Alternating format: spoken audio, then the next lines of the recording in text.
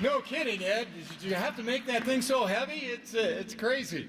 All right, I'd like to invite the presidents of Shades of Blue to come on up, Willie Daniels and Adrian Miller. Give them a big round of applause, everybody.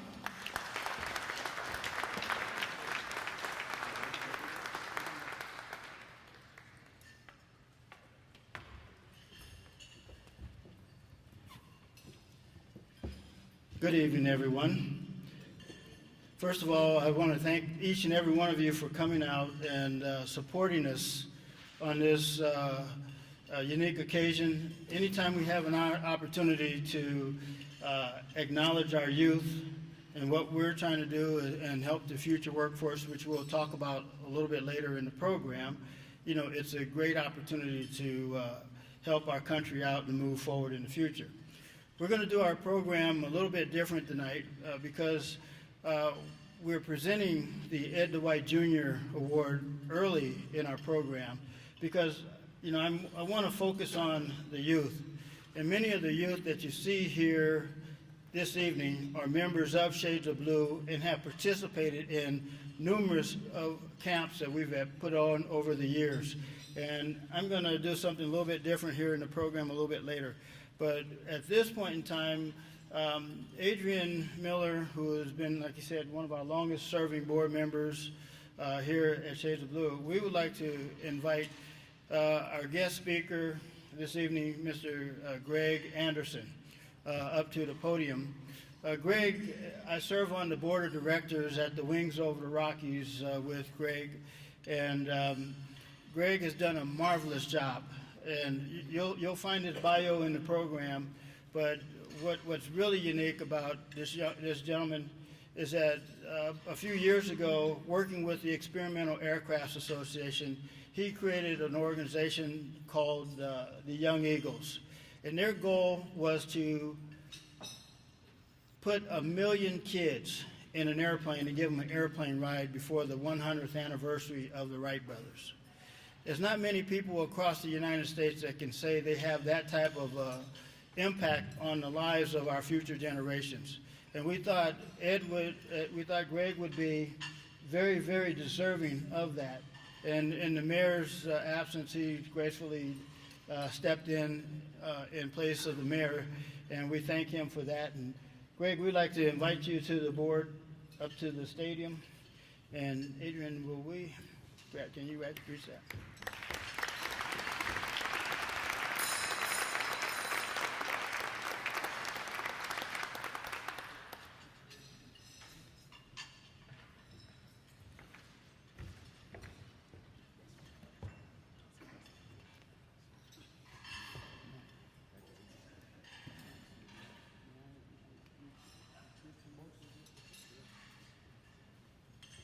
And the inscription on here is the Ed Dwight Jr. Award presented to Mr. Gregory J. Anderson for his outstanding contributions to the future of aerospace studies and the education of our society's students. September 13, 2013, the Board of Directors, Shades of Blue, Inc.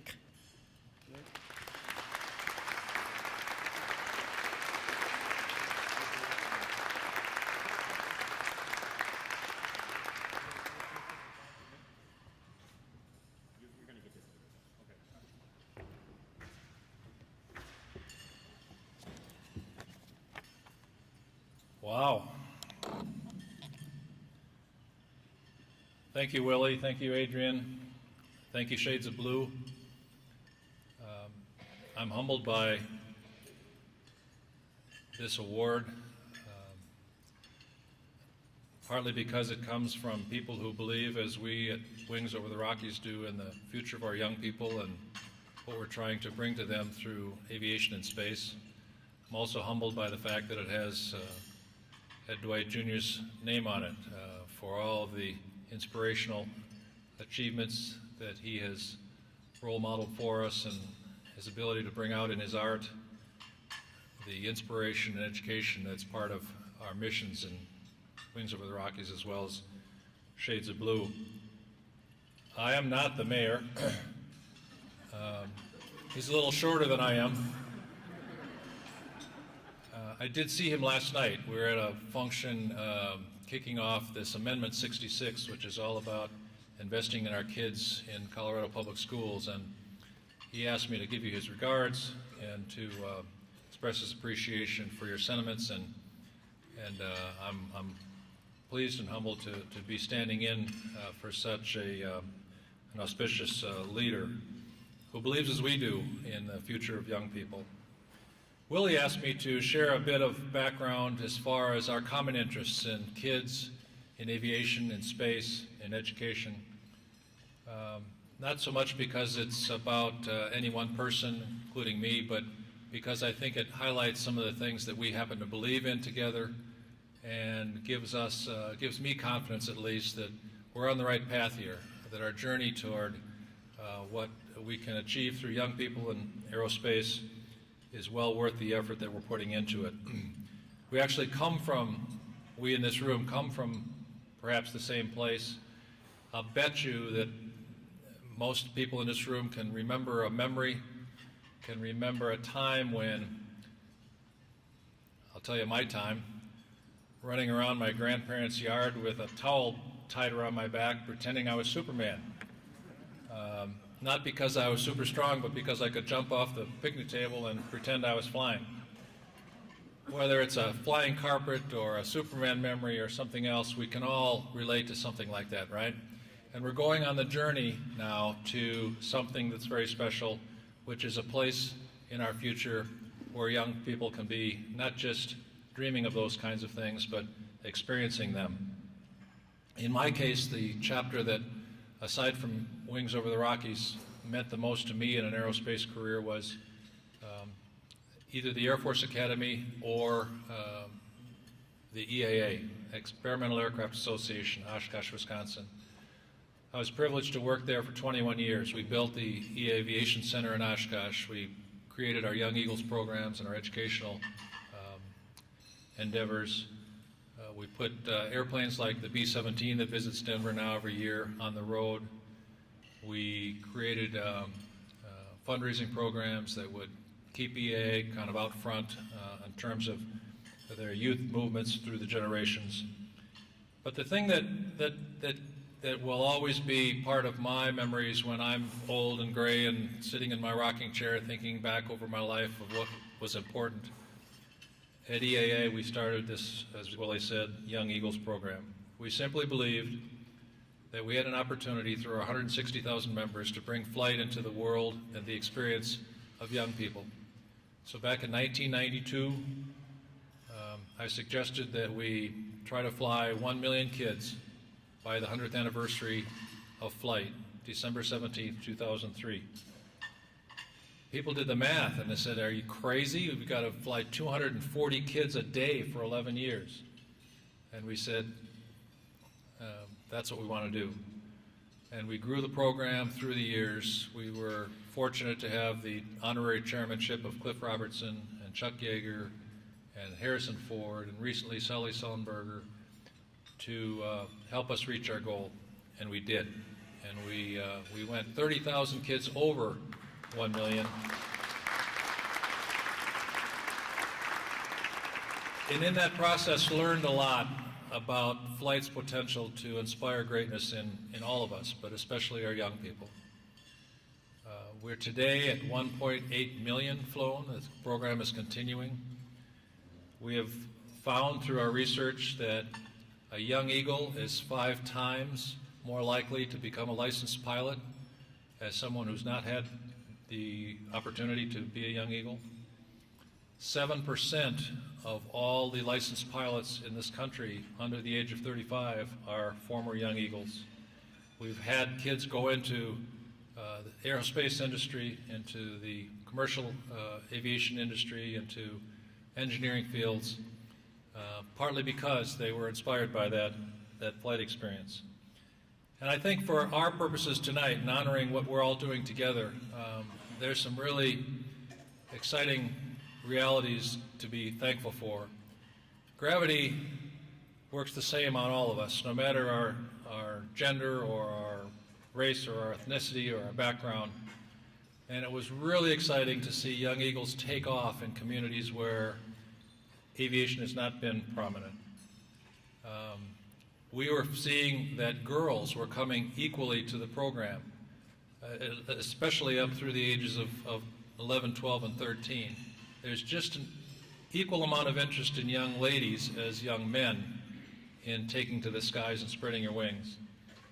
And it's after they get to be 13, 14, 15 that society seems to imply that they should be in the softer sciences and nursing or in teaching or what have you. And we need to change that, because half of our population isn't given the same opportunity or the same expectation as those of us who've been flying as boys, men, and so forth. We also found in places like Santa Monica, which was our first Young Eagles rally outside the state of Wisconsin, that we had abilities to bring flight to communities that were in trouble. In Santa Monica, they brought out kids from the inner city in Los Angeles, and the organization received an award for helping kids understand that there's a big wide world out there, and when you get up above the world, you can look down and you can see what flight can bring. It doesn't matter that you're necessarily in that neighborhood, that you have a bigger world to believe in and to prepare for. We went to Meigs Field and flew with the Tuskegee Airmen down there. Our members came out of the woodwork to fly off of Meigs Field, which was a really cool airport. The Tuskegee partners came out and they talked to the kids about staying in school and setting goals. And then we fly these kids who never saw, in some cases, Lake Michigan, and realized that they could fly over the United Center and Wrigley Field and set their course for their future. Native Americans came out with special fondness for the program because we honored the eagle, and we honored the ability to fly where you wanted to fly instead of where somebody told you to fly. I'm personally involved as a mentor in the Save Our Youth program through a great leader, Reverend Luis Villarreal downtown. Some of you may know Luis.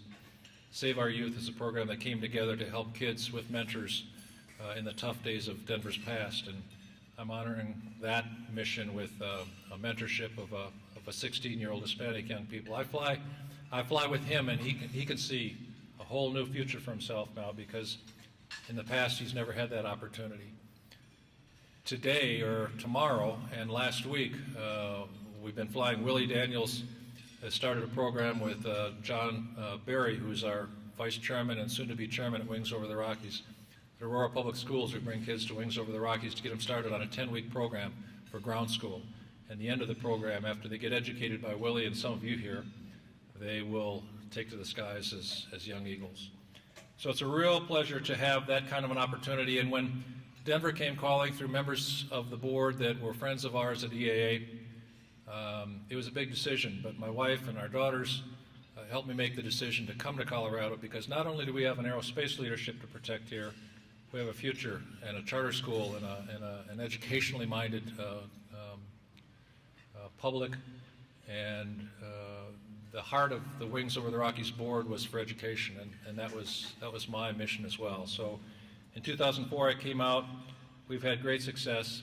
The fuel for our growth has been our education program called Spreading Wings, which is taken to kids in the museum and outside the walls of the museum.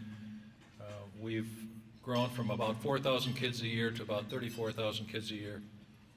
We are in 64 districts of the state of Colorado, 64 districts and charter schools. We've trained 600 teachers to use Wings Aerospace Science Program curriculum material that meets standards, and so they can have an opportunity to reach and dream high. Beyond our $5 million investments in upgrading Lowry facility, which some of you have seen, we're now in the midst of a Wingspan campaign to add a second site at Centennial Airport, which will bring the reality of flight to people who come to visit that facility in its future. And John and I and Willie on our board and many members of the Wings Over the Rockies family are more excited than ever about what will happen at Centennial. One of the programs we recently announced was the Spreading Wings Teacher Flight Program.